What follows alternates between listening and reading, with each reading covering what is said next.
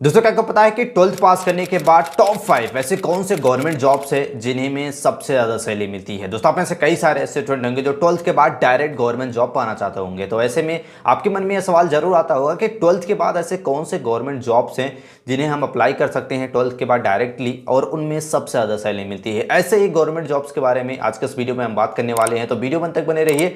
आइए आज के इस वीडियो को स्टार्ट करते हैं, आपको उन टॉप 5 गवर्नमेंट जॉब्स के बारे में बताते हैं। दोस्तों अगर आप भी 12th के बाद गवर्नमेंट जॉब पाना चाहते हैं तो पहला आपका जो सेक्टर आता है वो आता है आपका डिफेंस के सेक्टर में जा सकते हैं। दोस्तों डिफेंस के सेक्टर में आप 12th के बाद डायरेक्ट अप्लाई कर सकते हैं। किसके थ्रू? आप यूपीएससी एनडीए एग्जाम कंडक्ट किया जाता है जिसके थ्रू आप डिफेंस के फील्ड में अपना कैरियर बना सकते हैं 12th के बाद डायरेक्टली।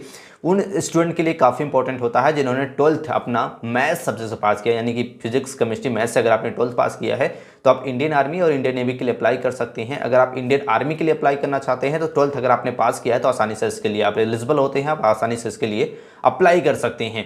अब बात करते हैं कि इसमें एलिजिबिलिटी क्राइटेरिया क्या होनी चाहिए, तो अलग अलग होता है। जैसे कि आप सभी को पता है कि डिफेंस के सेक्टर में हमारे इंडियन आर्मी होते हैं, इंडियन नेवी होती है और एयरफोर्स होती है, और हर स्टूडेंट का सपना अलग अलग होता है। वो अलग, कोई आर्मी बन जाना चाहता है, कोई नेवी में जाना चाहता है, कोई एयरफोर्स में जाना चाहता है। तो एलिजिबिलिटी क्राइटेरिया क्या होनी चाहिए इसके लिए बात कर लेते हैं। तो अगर आप इंडियन आर्मी में जाना चाहते हैं तो 12th पास होना चाहिए। 12th में अगर आपका मैथ रहता है तो आप आसानी से इस एग्जाम को दे सकते हैं। इसके साथ साथ सैलरी की बात करते हैं तो 7 से 10 लाख रुपए पर ईयर होती है इंडियन आर्मी के, जो एनडीए के थ्रू इंडियन आर्मी ज्वाइन करते हैं। दूसरे आते हैं आपके एयरफोर्स, जिनके लिए आपकी जो एज होनी चाहिए वो 16.5 से 19.5 वर्ष के बीच में होनी चाहिए, और आप मेल कैंडिडेट हैं तभी आप इसके लिए एलिजिबल होते हैं। और आपका 12th में पीसीएम यानी कि फिजिक्स केमिस्ट्री मैथ सब्जेक्ट होना यहाँ पे कंपलसरी होता है। साथ ही साथ 50% मार्क भी सारे सब्जेक्ट पीसीएम में आपका होना कंपलसरी होता है। इसके साथ साथ आपका जो सैलरी होती है वो 8 से 12 लाख रुपए के आसपास यहाँ पे होती है। और तीसरे आते हैं आपके इंडियन नेवी ऑफिसर्स जो होते हैं, इनके लिए भी एलिजिबिलिटी क्राइटेरिया लगभग सेम होती है। पीसीएम में इसमें आपका 70% मांगा जाता है, तो काफ़ी परसेंटेज अच्छा होना चाहिए अगर आप इंडियन नेवी में ज्वाइन होना चाहते हैं एनडीए के थ्रू। तो ये पहला आपका गवर्नमेंट जॉब्स होता है जिनमें काफ़ी अच्छी सैलरी मिलती होगी। जैसे आपने स्क्रीन पे देखा होगा कि एलिजिबिलिटी क्राइटेरिया के साथ हमने सैलरी भी यहाँ पे लगाया था कि नेवी में लगभग आपसे 8 से 10 लाख रुपए पर ईयर तक आसानी से अर्न कर सकते हैं।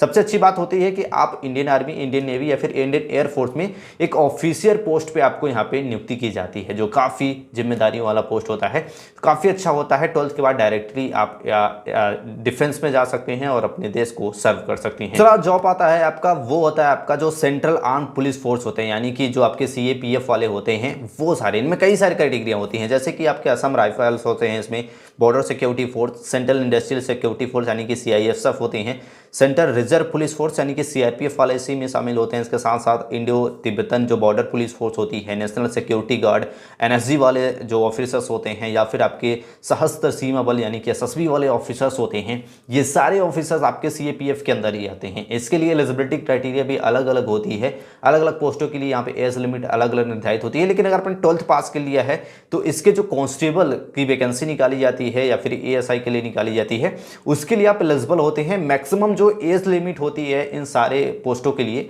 वो आपके 18 से 25 वर्ष के बीच में होनी चाहिए। ओबीसी या फिर एससी से कैंडिडेट रहते हैं तो उम्र में आपको कुछ छूट भी दी जाती है। और सैलरी भी लगभग इसमें सारे पोस्टों के लिए सेम ही होती है। इसमें कांस्टेबल की पोस्टें आती है या फिर एएसआई की आती है, और जो सैलरी आपकी आती है स्टार्टिंग में लगभग आपको 30 से 40 हज़ार रुपये के आसपास आपकी पर मंथ की सैलरी यहाँ पे दी जाती है। अलग अलग पोस्टों में यहाँ पे सैलरी आपकी अलग अलग यहाँ पे हो सकती है। तो ये दूसरा जॉब होता है सीएपीएफ का, जिसमें कई सारे पोस्टेज होते हैं, बीएसएफ, सीआरपीएफ, असम राइफल्स इसमें होता है, सीआईएसएफ हो गए, सीआरपीएफ आपके हो गए, एसएसबी वाले हो गए, एनएसजी वाले हो गए। ये सारे पोस्टेड आपके सीएपीएफ के अंदर आते हैं और उनमें काफ़ी अच्छी सैलरी आपको दी जाती है। तो 12th के बाद अगर आप गवर्नमेंट जॉब्स पाना चाहते हैं तो ये भी आपके लिए एक बेस्ट करियर ऑप्शन हो सकता है। इनमें से कोई भी आप जॉब्स के लिए अप्लाई करके आसानी से पा सकते हैं। गवर्नमेंट जॉब्स की बात करते हैं तो तीसरा आता है आपका एसएससी का, जिसके थ्रू एसएससी के थ्रू यहाँ पे वैकेंसी निकाली जाती है। एसएससी के द्वारा निकाली जाती है एसएससी जीडी की। दोस्तों इसके लिए अप्लाई कर सकते हैं एसएससी जीडी कांस्टेबल के लिए। एलिजिबिलिटी क्राइटेरिया की आपको बात करते हैं तो आपका 12th पास होना चाहिए, साथ ही साथ आपकी उम्र होनी चाहिए 18 से 23 वर्ष। ओबीसी या फिर एससी कैंडिडेट रहते हैं तो कुछ उम्र में छूट दी जाती है। सैलरी भी काफ़ी अच्छी होती है, 21,700 रुपये से लेकर 69,100 रुपये पर मंथ तक आपकी सैलरी होती है, बेसिक सैलरी है। और इसके अलावा भी कई सारे भत्ते वगैरह को ऐड करके लगभग 30 से 35 हज़ार रुपये स्टार्टिंग सैलरी आपको एसएससी जीडी कांस्टेबल के थ्रू आपको मिलती है। काफ़ी अच्छी सैलरी मिलती है। ये 30 तीसरा गवर्नमेंट जॉब्स होता है जिसके लिए एलिजिबल होते हैं, 12th के बाद आसानी से इस पर अप्लाई कर सकते हैं अगर आपने 12th किसी भी स्ट्रीम से पास कर लिया है।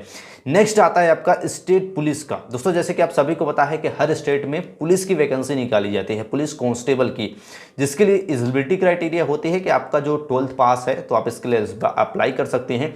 साथ ही साथ बात करते हैं इसमें क्वालिफिकेशंस वगैरह, तो 12th पास होना चाहिए। 12th के साथ साथ जो आपकी उम्र मांगी जाती है वो मैक्सिमम 18 से 25 वर्ष के बीच में होनी चाहिए। ओबीसी रहते हैं तो 3 वर्ष, या फिर एससी एसटी कैंडिडेट रहते हैं तो आपको 5 वर्ष उम्र में आपको यहाँ पे छूट भी दिया जाता है। बेसिक सैलरी की बात करते हैं, जो स्टेट पुलिस कांस्टेबल होते हैं उनकी सैलरी होती है 21,700 रुपये से लेके लगभग 70,000 रुपये, यानी कि 69,100 रुपये इनकी बेसिक सैलरी होती है। भत्ते वगैरह को ऐड कर लेते हैं तो लगभग 30 से 35,000 रुपये इनकी भी मंथली सैलरी मिलती है। काफ़ी अच्छी सैलरी मिलती है। अगर आप चाहें तो स्टेट पुलिस कांस्टेबल के लिए अप्लाई कर सकते हैं और काफ़ी अच्छी सैलरी यहाँ से प्राप्त कर सकते हैं।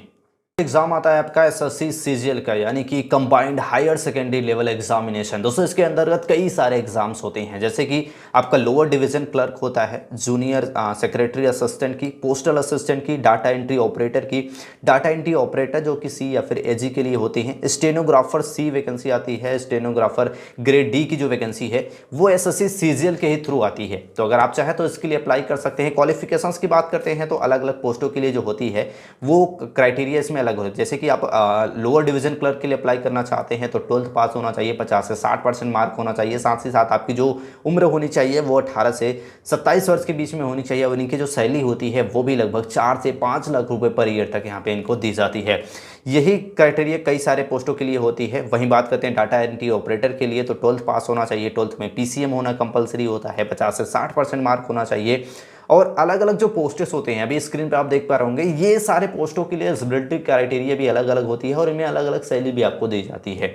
तो आप चाहें तो इसके लिए भी अप्लाई कर सकते हैं। एसएससी सीजीएल आपके लिए एक बेस्ट करियर ऑप्शन हो सकता है 12th पास करने के बाद। गवर्नमेंट एग्जाम के बारे में अगर आप सोच रहे हैं या फिर देख रहे हैं ऐसे करियर के बारे में, तो ये आपके लिए बेस्ट हो सकता है। ये टॉप 5 ऐसे गवर्नमेंट जॉब्स है जिनके लिए आप 12th के बाद आसानी से इसमें अप्लाई कर सकते हैं। ये सबसे ज़्यादा सैलरी वाले गवर्नमेंट जॉब्स है जिन्हें आप डायरेक्टली 12th अगर आपने पास कर लिया है तो आसानी से इनके जॉब्स के आसानी से आप इसमें अप्लाई कर सकते हैं और इन जॉब्स को आप आसानी से पा सकते हैं।